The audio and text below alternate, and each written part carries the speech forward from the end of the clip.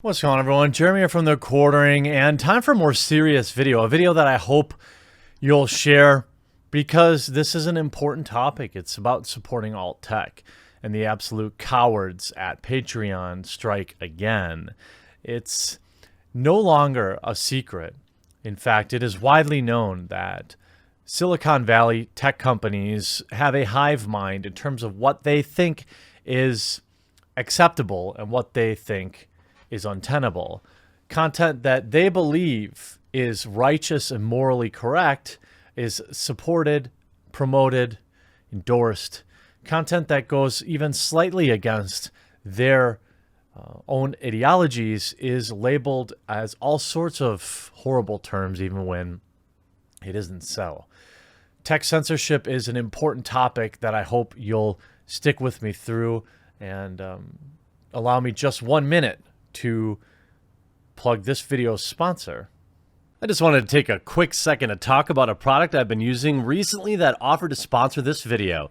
Dashlane. Dashlane is a cross-platform password manager and digital identity application that makes it easy to manage everything. They autofill all your personal info like addresses, credit cards, and passwords. They also generate super secure passwords, plus all the passwords that you do store with them are encrypted, making their password manager the safest place to store your info.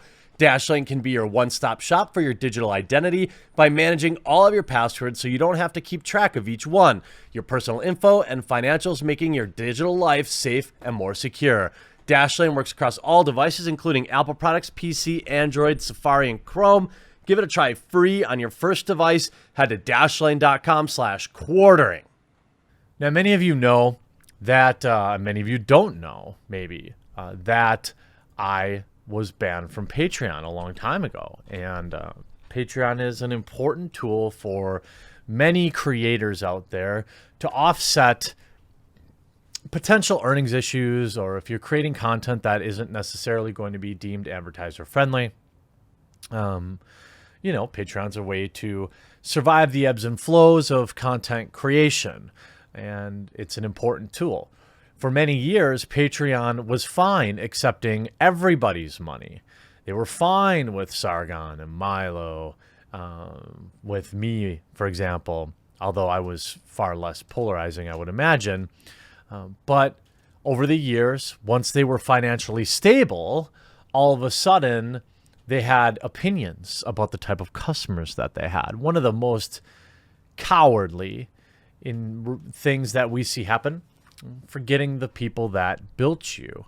And you don't need to do much searching, but you can see all sorts of people being purged from Patreon. It's not just Patreon that's doing it. It's also MasterCard and PayPal. This is why we must support alt tech. I have a minds.com page, minds.com/thequartering. It is a great free speech supportive Facebook alternative. People should invest some time into that. There's a reason I have a BitChute page for all of my channels. If you want to watch my content on BitChute, I support that. There are many alt tech, alt payout options outside of PayPal that, while sometimes are a pain in the butt to set up, they are good in that they reduce your dependence on a company that will enforce their own political ideologies by banning customers, removing their ability to make a livelihood, to make content creation untenable for them. You can see a wave of like NSFW content creators being banned from Patreon, which is odd because I thought that that was stunning and brave. You can see all sorts of content creators that are deemed, I mean, this is the level of discourse that they have. They call people alt-right, like Milo, which I don't know, maybe you could make a case for it. It would be very weak. Carl Benjamin, Sargon of Akkad. You know, there's all sorts. Gavin, many people that Patreon was fine taking their 5% over the top, on the top of their money for years. But all of a sudden, you know, Now that they have plenty of money and that they're buddy-buddy with all the other people in Silicon Valley, they start banning people, and people need to fight against it. Now, it's a tough position as somebody who supports content. Let me give you an example. When I was banned from Patreon, I don't remember exactly how many backers I had. It was several hundred, maybe 500 to 700. I don't remember exactly. It's been a while. I opened a Subscribe Star, and even today, there's, 211. I'm very thankful that those 200 people are there. But that means many more hundreds of people didn't bother moving over, and I don't blame them because they probably backed other creators on Patreon. And although in 2019, it seems like this type of funding for channels is going by the wayside, people just don't move over. They don't want to. They've got everything set up. By the way, Subscribestar doesn't use PayPal. Many people who back people on Patreon rely on making those payments via PayPal. So there are some people that just simply cannot move over. And then late last week, they came for everybody's favorite weatherman. A lowly weatherman was banned from Patreon. So there I was last night, playing the hottest new gaming service around, showing my coworkers from the station that the weatherman can indeed make it rain, when all of a sudden, from out of nowhere, there was a knocking at my door.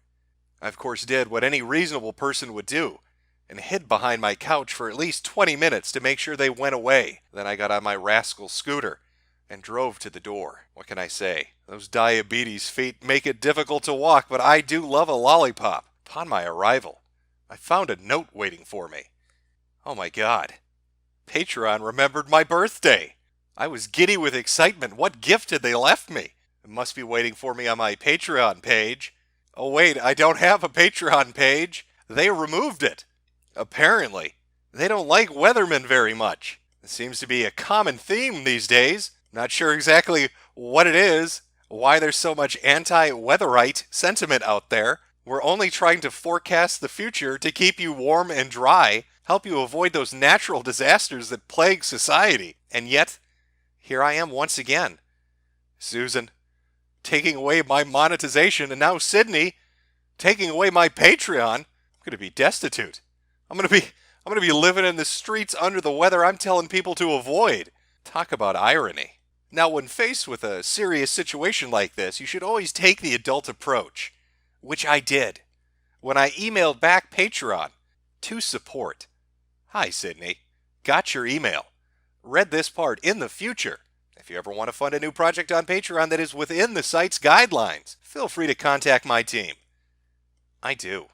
You see, I have a passion for the weather. It's been something inside me ever since I was a young child. And obviously, that's Mr. Medicare, who has said some spicy things in the past, and him and I have had our differences, but it's not really a matter of any of that. It's about the way big tech is able to treat content creators and private citizens when we don't support things in alt tech, whether that's BitChute, that's Minds, that's Subscribestar, that's Gab, that's Library, there's any number of alternate tech type sites that need our support. And I don't know how many backers Jim had before this, but I guarantee you it was way more than 77. So regardless of whether or not he'll be able to,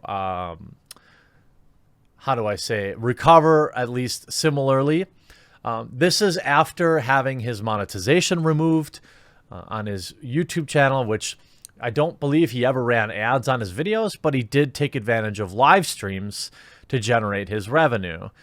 Live streams that, as far as I can tell, never violated terms of service. These were spicy videos, certainly.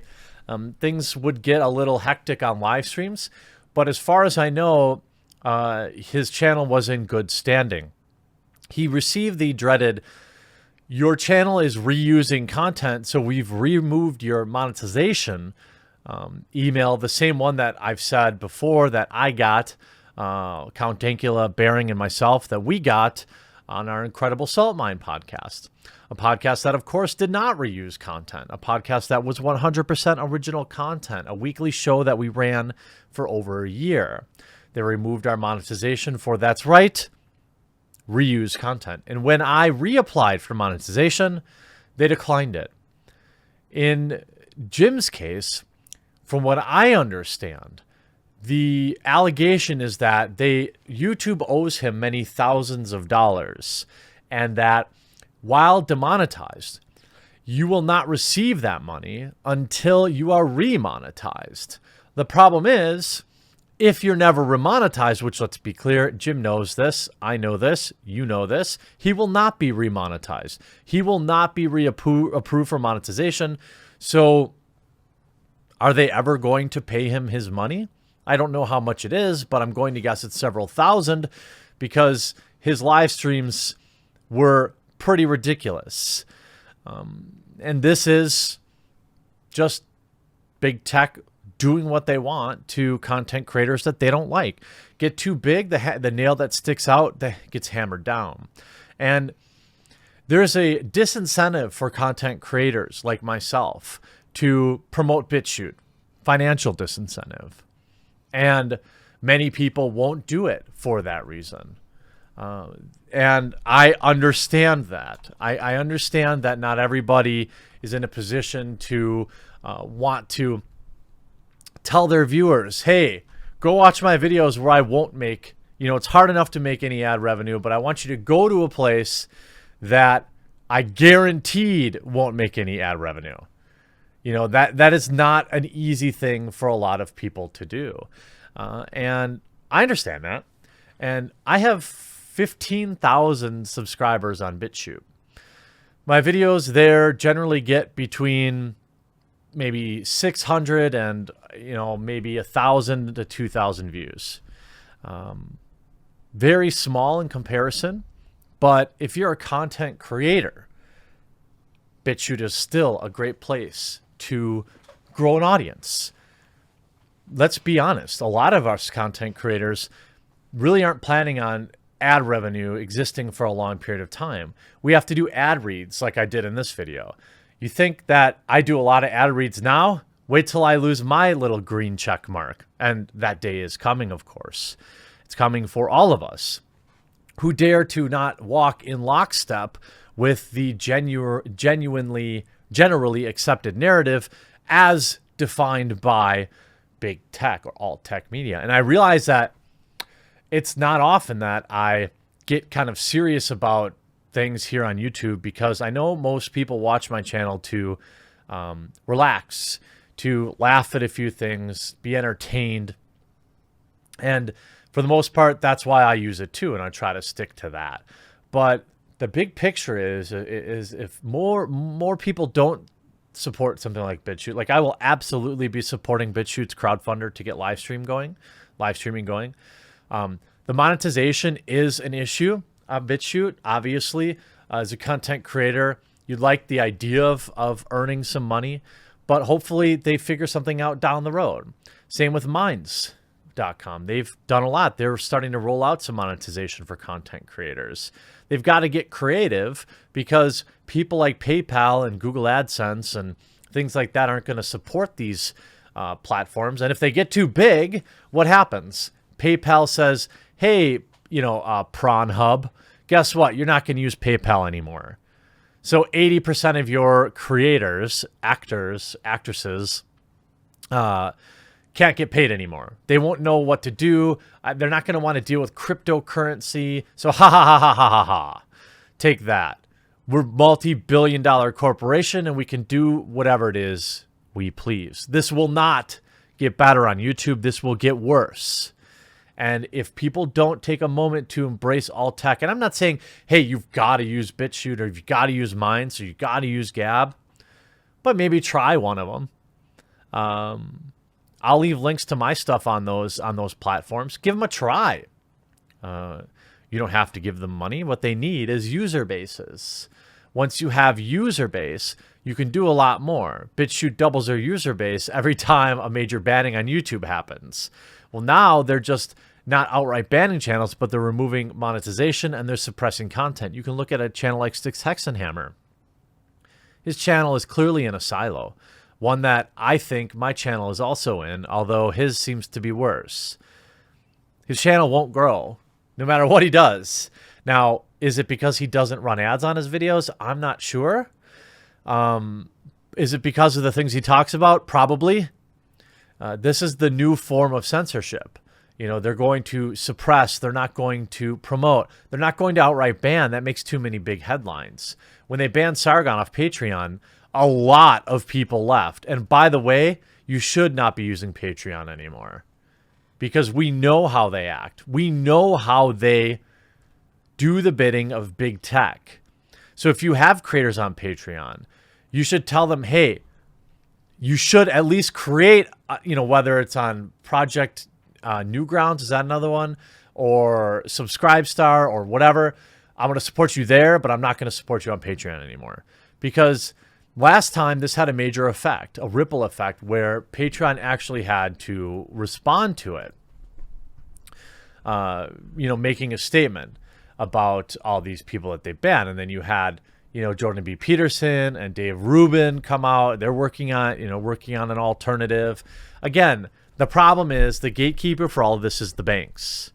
A lot of people think it's exclusively PayPal or Patreon banning people. Sometimes that ban comes down from MasterCard, as we've seen happen before.